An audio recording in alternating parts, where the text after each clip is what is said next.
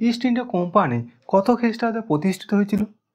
East India company যখন প্রতিষ্ঠিত হচ্ছিল তখন ইংল্যান্ডের রানী কে ছিল এবং সেই সময় ভারতে মুঘল সম্রাট বা কে ছিলেন? এবং ইস্ট ইন্ডিয়া কোম্পানি ভারতের কোথায় কোথায় তাদের প্রেসিডেন্ট স্থাপন করেছিল? এই সমস্ত প্রশ্নের উত্তর পাওয়ার জন্য আমাদের ভিডিওটি সম্পূর্ণভাবে দেখতে থাকুন। ওকে, ইংল্যান্ডের রানী এলিজাবেথ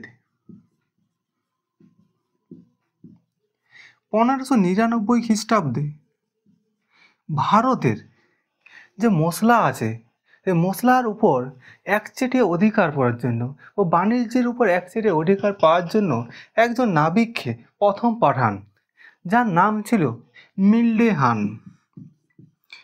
মিলডে হান 1599 খ্রিস্টাব্দে আটলান্টিক মহাসাগর পার হয়ে উপর নিচে আছে আফ্রিকা মহাদেশের নিচের কেপ অফ গুড হোপ। এই কেপ অফ গুড হোপের মধ্য দিয়ে আরব সাগরের মধ্য দিয়ে তিনি গুজরাটের সুরাট বন্দরে আসেন। তখন গুজরাটের সুরাট বন্দরটা ছিল পর্তুগিজদের অধীনে ছিল। তখন যখন তিনি ভারতে আসেন তখন মুঘল সম্রাট ছিলেন আকবর। এই মিলডে হান যখন ভারতে আসেন এবং সার্ভে করে তিনি ইংল্যান্ডে ফিরে যান 1600 খ্রিস্টাব্দে এবং তার রিপোর্ট এলিজাবেথের এখানে জমা দেন। তার ফলে এই এলিজাবেথ ভারতে একচেটে বাণিজ্য বা মশলার উপর যে বাণিজ্য করছে সে বাণিজ্য করার অধিকার কোনো একটা কোম্পানিকে দেওয়ার সিদ্ধান্ত নেন এবং তারই ফলে 1600 খ্রিস্টাব্দে এবং 31শে ডিসেম্বর ইস্ট ইন্ডিয়া কোম্পানি প্রতিষ্ঠিত হয়। এই ইস্ট ইন্ডিয়া কোম্পানি যখন প্রতিষ্ঠিত হয় তখন ভারতে মুঘল সম্রাট ছিলেন কে? আকবর ছিল। ইস্ট ইন্ডিয়া কোম্পানিকে রানী এলিজাবেথ 15 বছরের জন্য ভারতে বাণিজ্য করার অধিকার দেন। একচেটিয়া বাণিজ্য করার অধিকার দিয়েছিল 15 বছরের জন্য। কে দিয়েছিল? রানী এলিজাবেথ। ঠিক আছে, এর ফলে প্রতিষ্ঠিত হয়েছিল। প্রতিষ্ঠিত হওয়ার পর প্রায় 8 বছর পর যখন এলিজাবেথ মারা যাচ্ছে, এলিজাবেথ থাকছে নাই, আজ থেকে নতুন রাজা আসছে যার নাম ছিল প্রথম জেমস।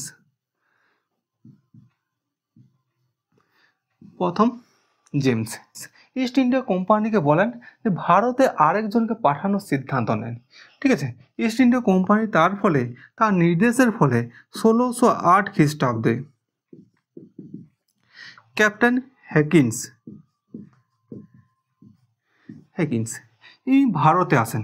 ভারত আটলান্টিক মহাসাগরের মধ্য দিয়ে নিচে সাউথ আফ্রিকার অবস্থিত কেপ অফ গুড হোপ আছে, তার মধ্য দিয়ে পরে আরব সাগরের মধ্য দিয়ে গুজরাটের সুরাট বন্দরে আসেন। কিন্তু হেকিন্স যখন ভারতে আসেন সুরাট বন্দরে তখন ভারতের মুঘল সম্রাট ছিলেন আকবর নয়, জাহাঙ্গীর।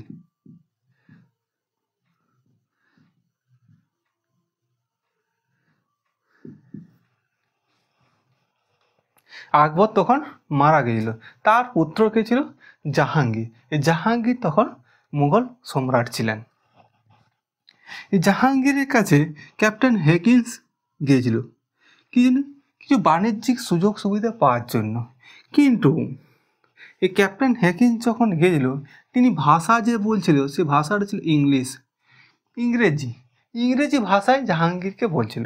তার জন্য তখন মুঘল সম্রাট জাহাঙ্গীর এই ক্যাপ্টেন হেকিন্সকে একটা উপাধি দিয়েছিল, যা উপাধিটি ছিল ইংলিশম্যান।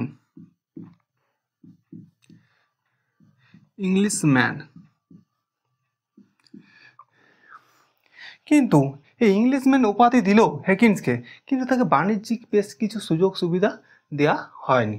না দেওয়ার ফলে তিনি পরবর্তী 1611 খ্রিস্টাব্দে অন্ধ্রপ্রদেশে মাছলিপত্তনম বা মুসলিপত্তনম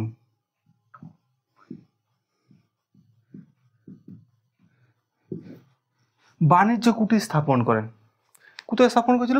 1611 খ্রিস্টাব্দে মাছলিপট্টনম বা মুসালিপট্টনমে তার বাণিজ্য কুটির স্থাপন করেন।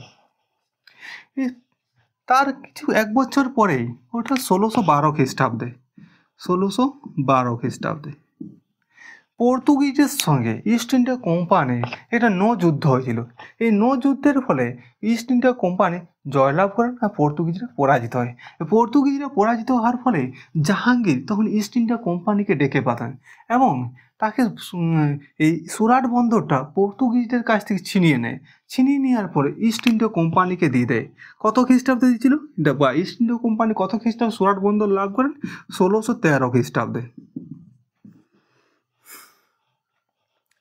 তার ফলে কিছুদিন পরে, ওটা 1615 খ্রিস্টাব্দে, তখনও ইংল্যান্ডের রাজা ছিল প্রথম জেমস। তারই নির্দেশে ইস্ট ইন্ডিয়া কোম্পানি আরেকজনকে ভারতে পাঠাবার সিদ্ধান্ত নেয়, যার নাম ছিল টমাস রো।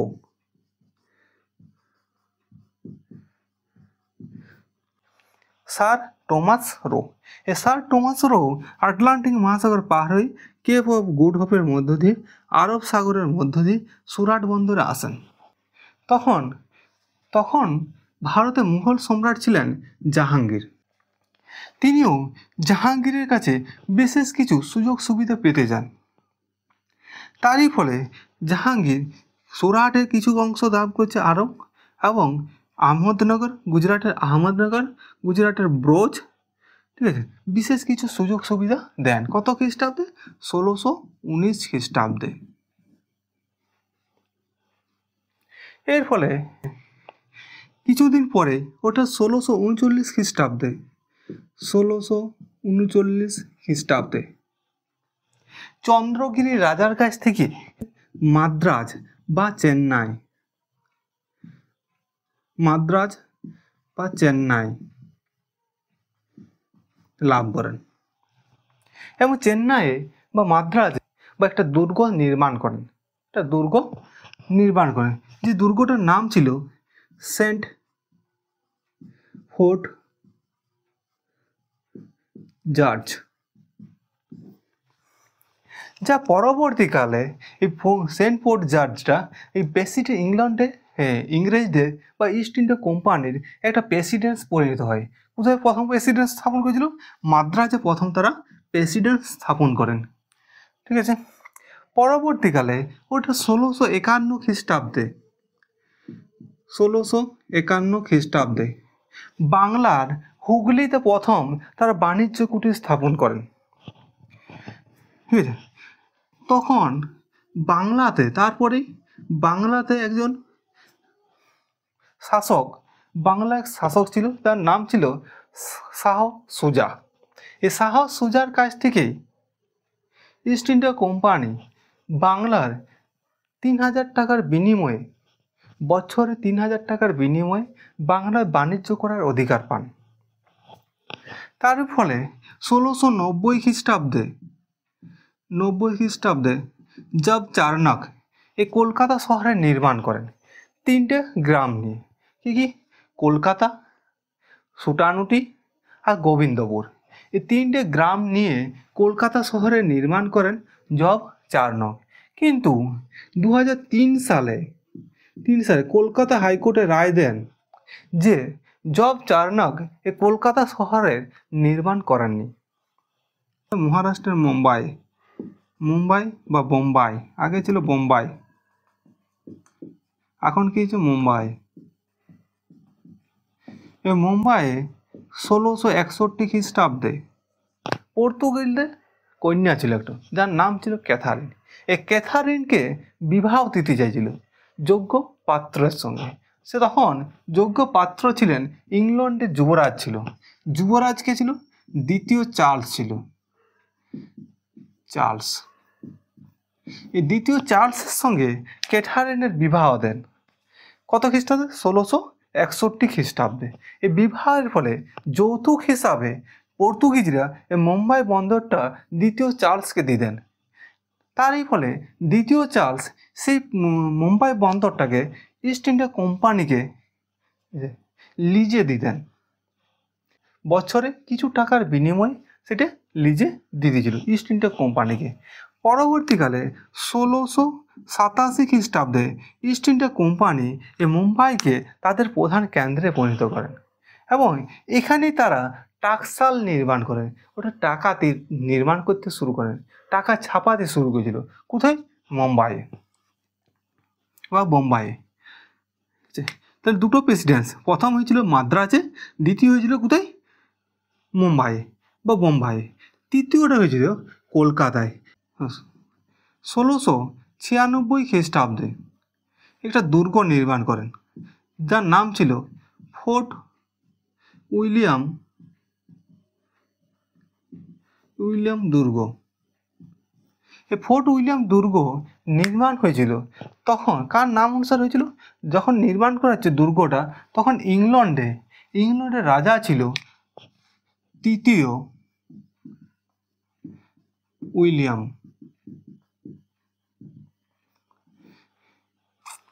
এই তৃতীয় উইলিয়াম যখন ইংল্যান্ডের রাজা ছিল তখন এই কলকাতায় ফোর্ট উইলিয়াম দুর্গটা নির্মাণ করা ছিল। তারই ফলে এই তৃতীয় উইলিয়ামের নাম অনুসারে, ইংল্যান্ডের রাজা তৃতীয় উইলিয়ামের নাম অনুসারে কলকাতা এই দুর্গটার নাম হয়, কলকাতায় এই দুর্গটার নাম করা হয়েছিল ফোর্ট উইলিয়াম দুর্গ। 1996 খ্রিস্টাব্দে যে ফোর্ট উইলিয়াম দুর্গটা নির্মাণ করা হয়েছিল, যা পরবর্তীকালে 1700 খ্রিস্টাব্দে এটা প্রেসিডেন্সির মর্যাদা পাইছিল এবং 1700 খ্রিস্টাব্দে পরবর্তীকালে 1800 খ্রিস্টাব্দে এই ফোর্ট উইলিয়াম দুর্গটা ফোর্ট উইলিয়াম কলেজে পরিণত হয়েছিল। যখন এই কলকাতাতে ইংরেজদের প্রেসিডেন্ট স্থাপন করেছিল তখন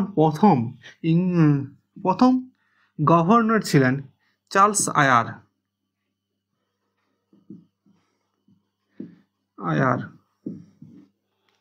কিন্তু বাংলার প্রথম গভর্নর কে ছিলেন? চার্লস আয়ার ছিল। ওকে, আজ এতক্ষণ, আবার দেখা হবে পরবর্তী ক্লাসে।